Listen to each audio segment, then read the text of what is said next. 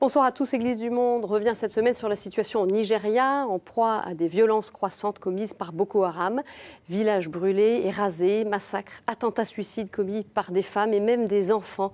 Les extrémistes musulmans terrorisent le nord-est du pays, et ce, sans réponse efficace du gouvernement à la veille des élections. À l'occasion de sa visite en France, Monseigneur Ignatius Kaigama, archevêque de Jos et président de la conférence des évêques du Nigeria, est notre invité. Bonsoir, Monseigneur. Hello, My Grace. Merci. Thank you very much for being with us. Un grand merci de nous rejoindre à l'occasion de votre passage en France à l'invitation de l'aide à l'Église en détresse, qui est partenaire de KTO pour cette émission. Je précise que cet entretien sera réalisé en anglais puis traduit. Première question, Monseigneur. Tout d'abord, qu'est-ce que vous souhaitez dire aux chrétiens de France? Je leur dis merci. Nous faisons face à des défis importants au Nigeria. En cette période où la violence s'est accrue, causée par des militants islamistes de Boko Haram, il y a beaucoup de souffrances, mais nous ressentons aussi les prières. Nous ressentons le soutien, la solidarité des chrétiens de France.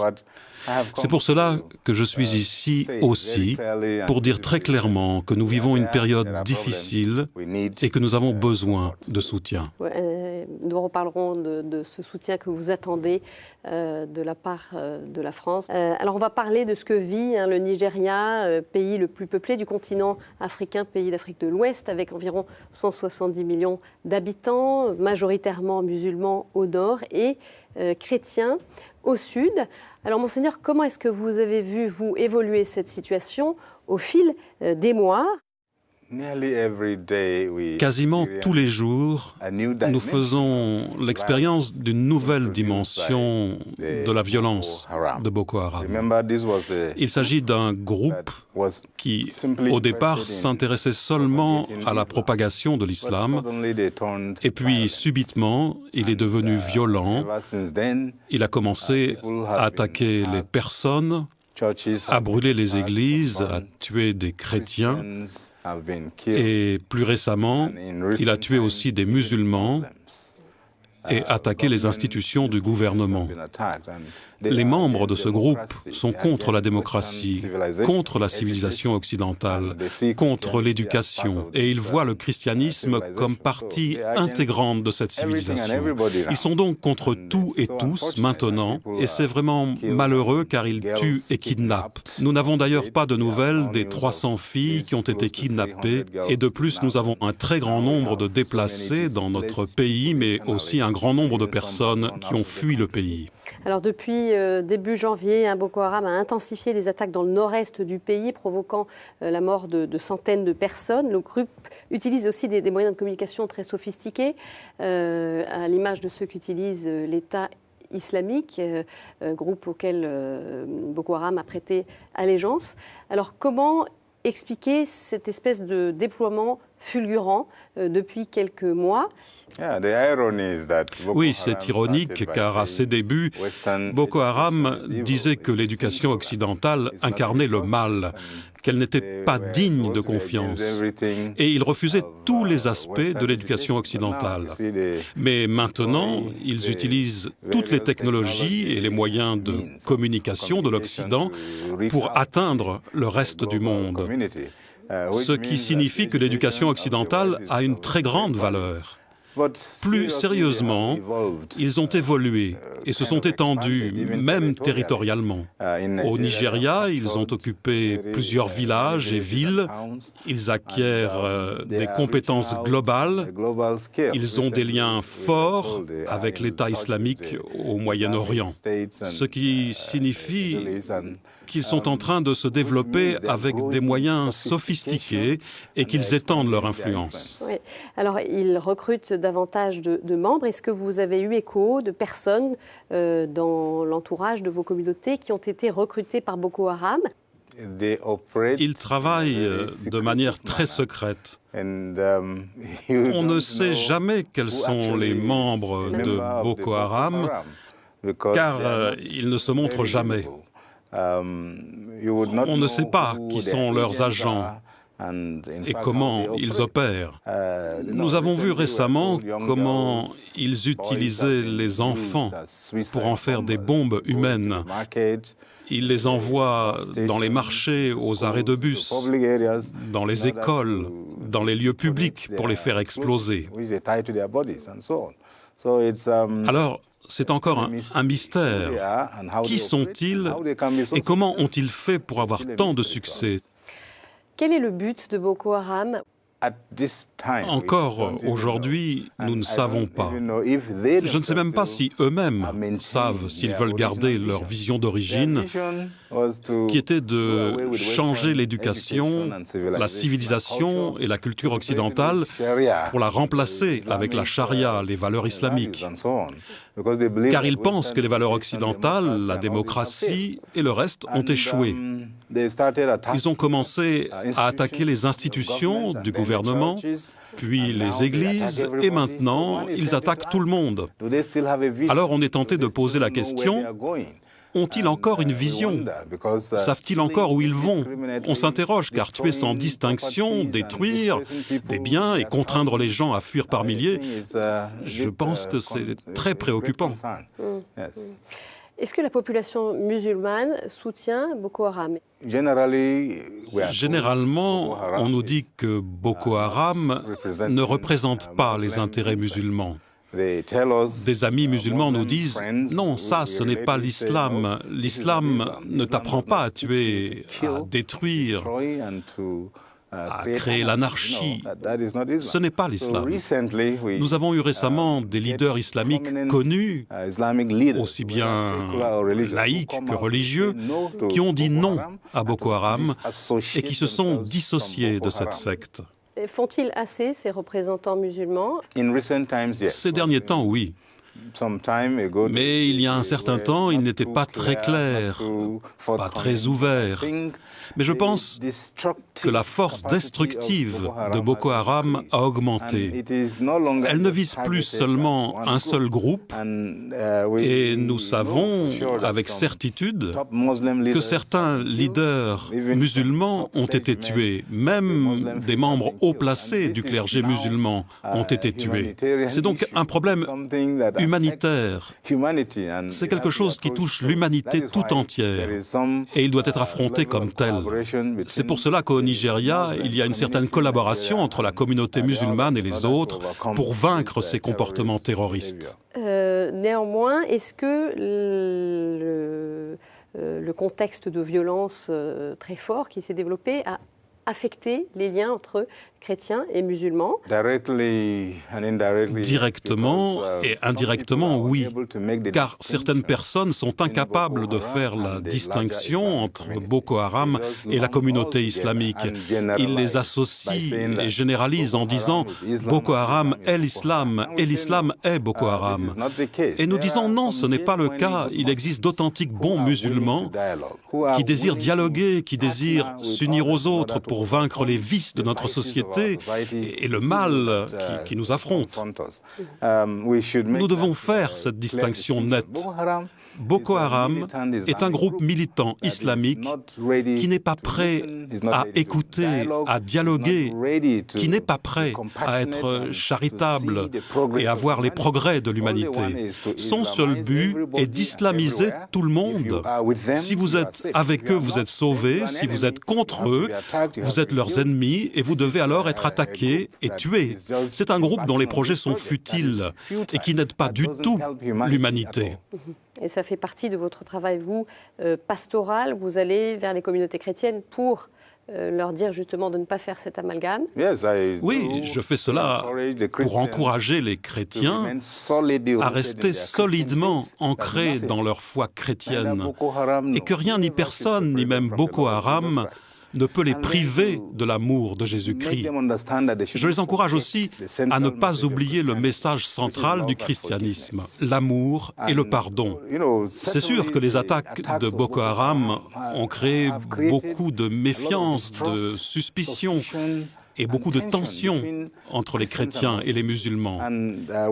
Il est important qu'on fasse toujours la différence entre les musulmans qui sont ouverts au dialogue et qui veulent avoir des échanges avec nous et avec lesquels nous pouvons utiliser les valeurs positives de notre religion pour influencer positivement notre société, et Boko Haram, qui est un groupe qui ne vise pas au bien-être de la société.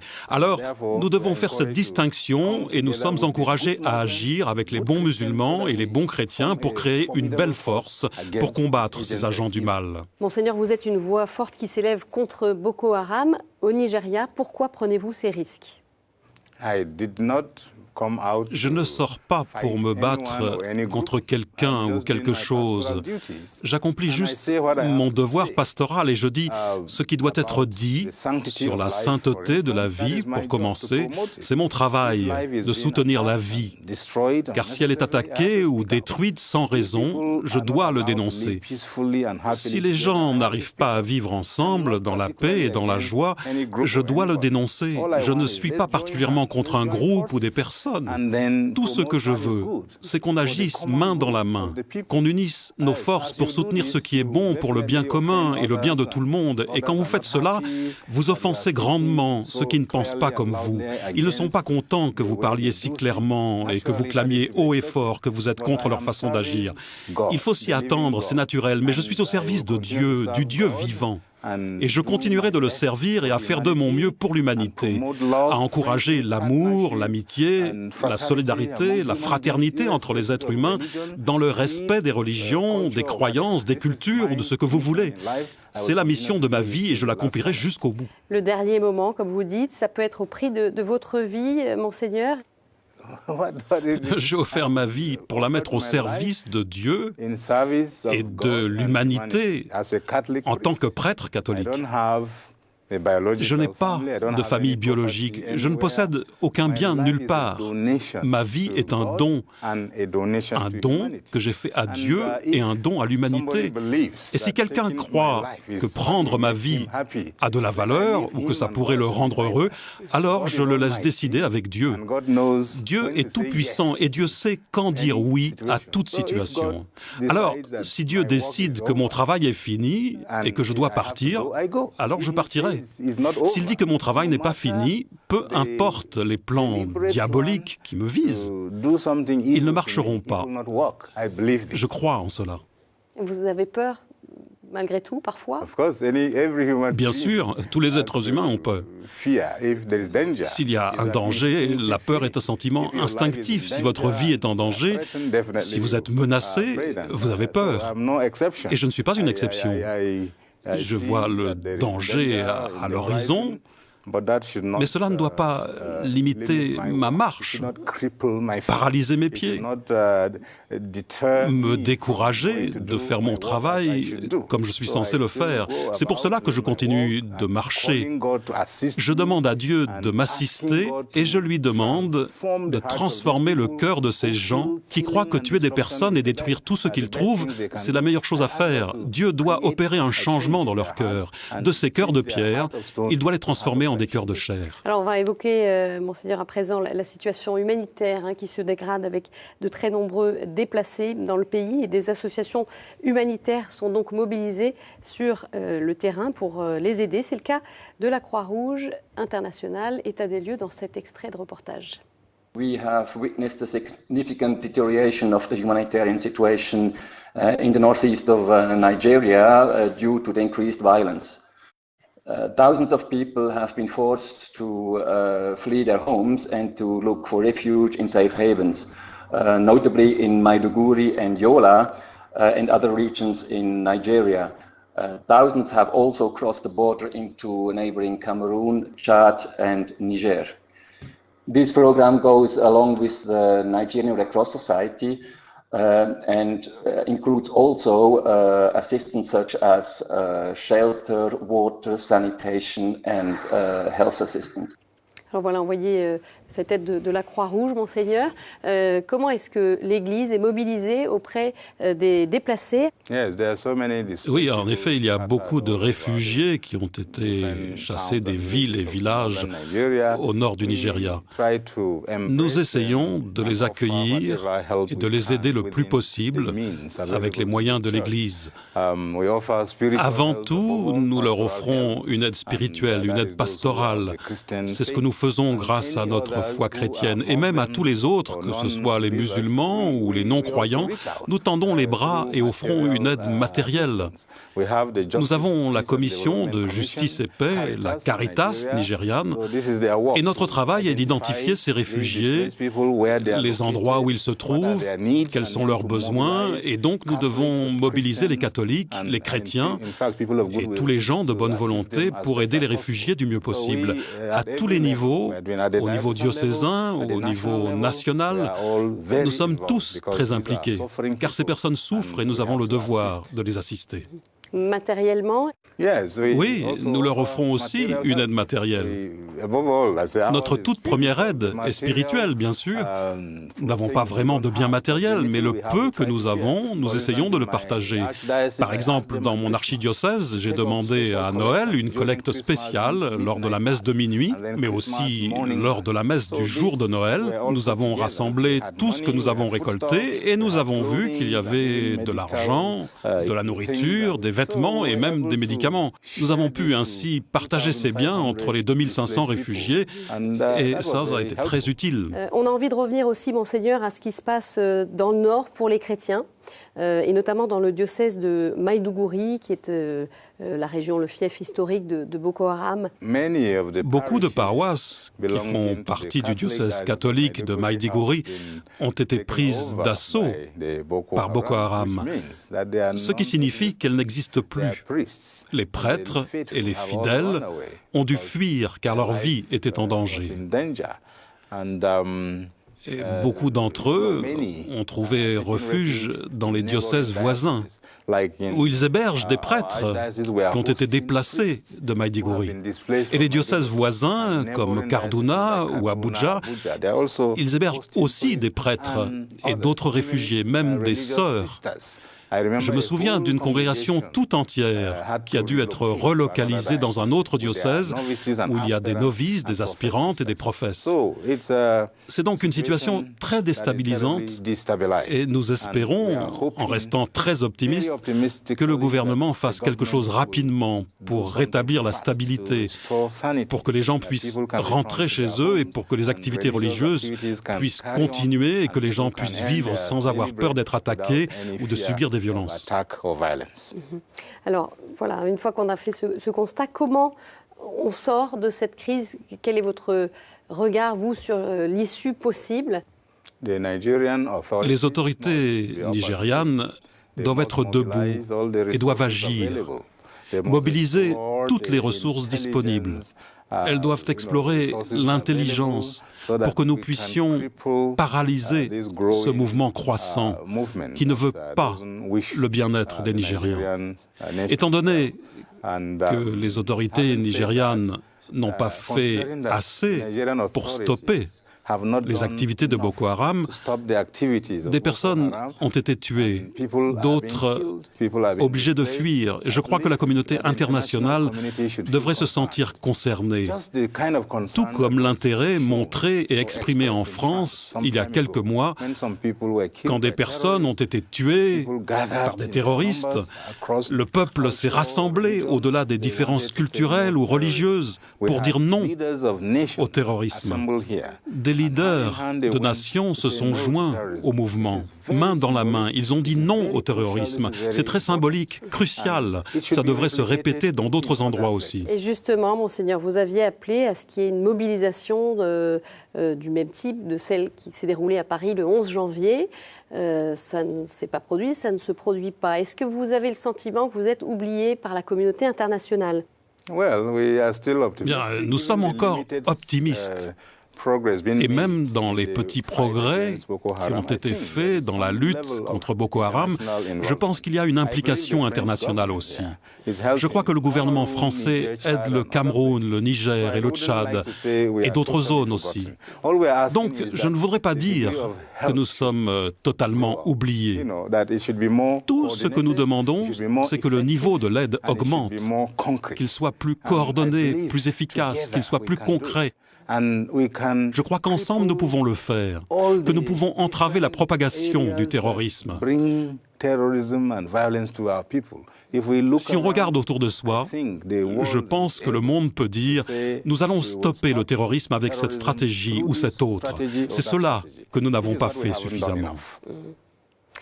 À la veille des élections, dans ce contexte particulièrement fragile, voilà, quels sont vos points d'attention ? Nous voulons une nation pacifique, une nation unie.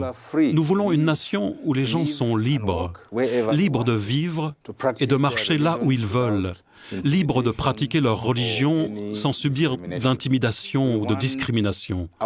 Nous voulons que notre peuple vive bien. Le Nigeria a beaucoup de ressources, mais ces ressources ne sont pas utilisées correctement. Et c'est pour cette raison qu'il y a beaucoup de pauvres. Et c'est pour cela aussi que mon travail de prêtre est surtout concentré sur une aide sociale et matérielle. Car les gens se tournent vers l'Église et ils disent « Construisez des écoles pour nous, construisez des hôpitaux pour nous, faites cela pour nous ». Les gens viennent me voir dans mon bureau et ils ne me demandent pas des conseils ou des prières, mais ils cherchent de l'aide pour aller à l'hôpital, pour faire soigner leurs enfants. C'est pour cela que nous voulons un gouvernement sensible aux besoins de première nécessité des gens.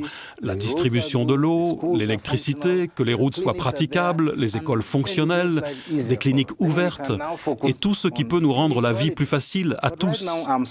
Nous pourrons nous focaliser sur notre vie spirituelle. Actuellement, je suis partagé.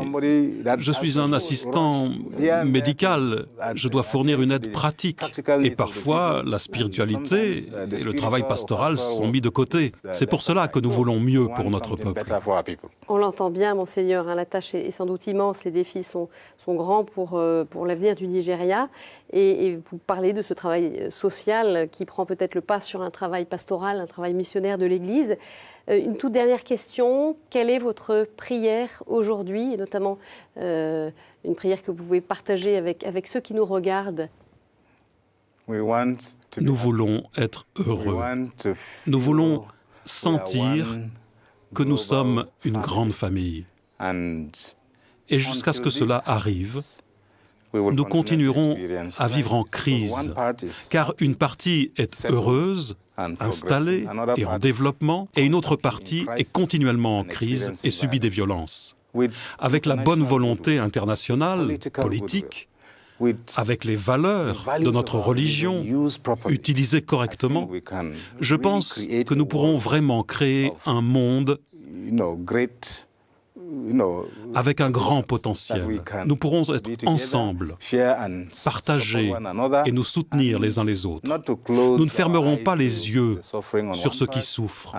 Je veux croire qu'un monde uni est possible et que nous devons nous unir, nous appuyer les uns sur les autres, et ainsi le monde sera un endroit meilleur. Il y aura moins de violence et nous pourrons tous être heureux et avoir le sourire. Thank you very much, Her Grace. Un grand merci, Monseigneur, pour votre témoignage sur ce que traverse votre pays, le Nigeria. Nous restons bien sûr attentifs à ce qui se passe pour les chrétiens, et notamment avec ces élections qui arrivent. Un grand merci à l'aide à l'Église en détresse pour nous avoir aidés à réaliser cette émission que vous pouvez retrouver sur notre site ktotv.com. Très bonne semaine à tous. Au revoir.